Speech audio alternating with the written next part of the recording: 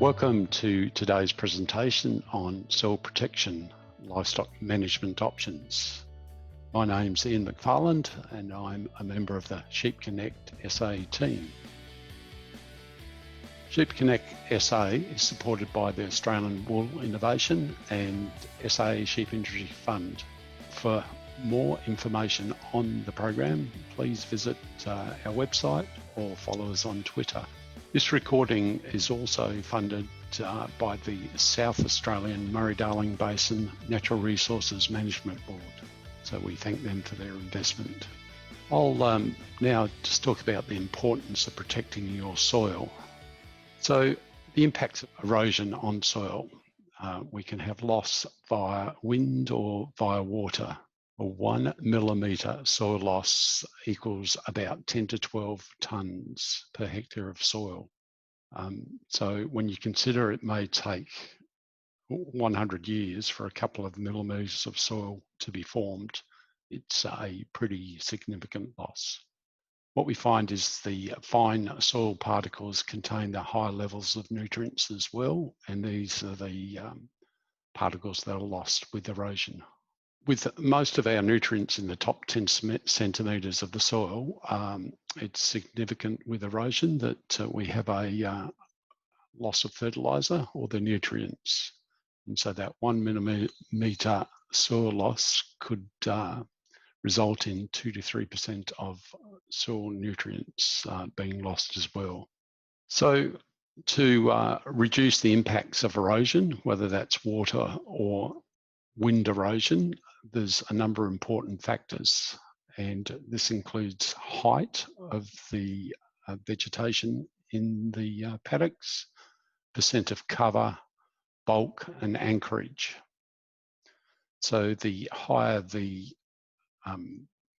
vegetation in the paddock, the lower the wind speed, and that impacts obviously on erosion potential. Percent cover is probably more important with relation to water erosion. So the greater the cover, the less opportunity for water droplets get onto the ground and potentially cause erosion. The other two important factors are bulk, how much is actually there on the ground, and also whether that plant is anchored to the ground as well. So in the two photos, the one on the left, we've got stubble that's quite low in height, but it's reasonably well anchored, and so that would reduce the potential impact for erosion. As opposed to the one on the top right, minimal height and minimal anchorage, and so very exposed to erosion. So just a guide to minimum amounts of cover and desirable cover. This changes with soil type. So obviously the sandy soils are more prone to erosion, wind erosion in particular. So we'd be looking at a minimum of 50% cover, but desirably that should be around 70% or above 70% if possible. We can also look at how much vegetation we got there. So again, with the sands, ideally around that 1.5 tonnes per hectare. But again, desirably, that should be around that 2.5, which may be hard to meet, particularly in dry seasons. So a couple of different, quite different photos here, but we have the one on the left, which is a sandy soil, obviously highly susceptible to wind erosion. But I guess the other issue there's virtually no feed of value for the stock, and the stock will walk around, which will waste energy as well. And obviously the one on the right, we've got a good cover of bush, and that's going to give great protection from wind erosion. So as we move out of the dry, over summer, and we enter the autumn winter period, post the break, pasture levels are still important. This is for ground cover, but also the benefits for livestock as well, and also the pasture recovery as well over time. So ideally, we need around or above 1,000 kilograms per hectare of pasture And those two photographs on the right, we've got a clover pasture and a mixed autumn pasture of around 1,000 kilograms of food. So ideally, pasture levels should be above this, not only for that ground cover, but also for providing adequate amounts of energy for livestock. The two photos on the left, we've got a grass pasture at the top, which is 500 kilograms, and below the grass one 1,000. And the centre one's a stubble paddock with around 600 kilograms.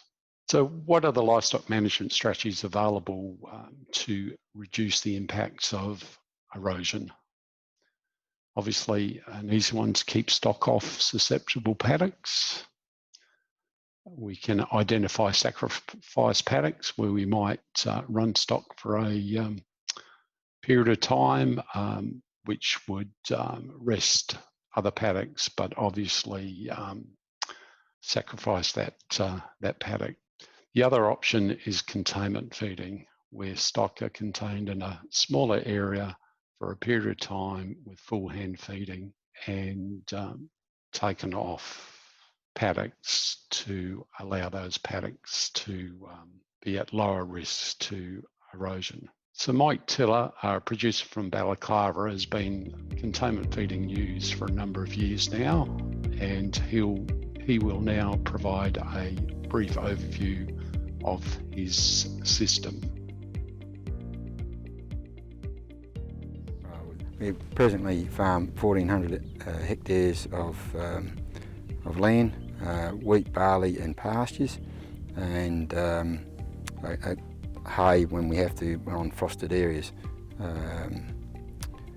So our ewe numbers are 1,400 head at the moment, which is significantly down to what it has been in the past. It's down to a third because of the run of dry years and a change of flock structure from all crossbreds to self-replacing merino mob. We containment feed to minimise contamination of weed seeds. Timeliness, it was a big issue and most probably the starting issue, because to feed at that time 2,500 sheep, you could do that in an hour and a half and still go spraying before 10 o'clock. And husbandry, you can actually manage them and look after them easier by walking around them and they get used to you. It's about 120 metres by 80 metres, and this present one's got 340 odd ewes in it. This is about the right amount now that we've settled on. At the moment we trail feed them to get them up to grain. They have ad lib straw, or this year we have actually got hay out there, and we do that over a 10-day period, and so they will go on to self-feeders once they've had full grain rations, and we keep them on that. This mob most probably, through 300, most probably require 2 feeders for the feeding area. A mob of 200 to 250 would only require 1. And because we use a variety of feeds, grains from neighbours as well as processing plants that we have near Balaklava, we get that tested and we use Ration Book to formulate the ration and keep it on track both for cost and nutrition, and we've found that very beneficial for all the years that we've been using it. In the past, we've always made sure we've had adequate feed, so 1,500 to 1,800 kilograms per hectare, and in layman's term, basically a beer can high of barley.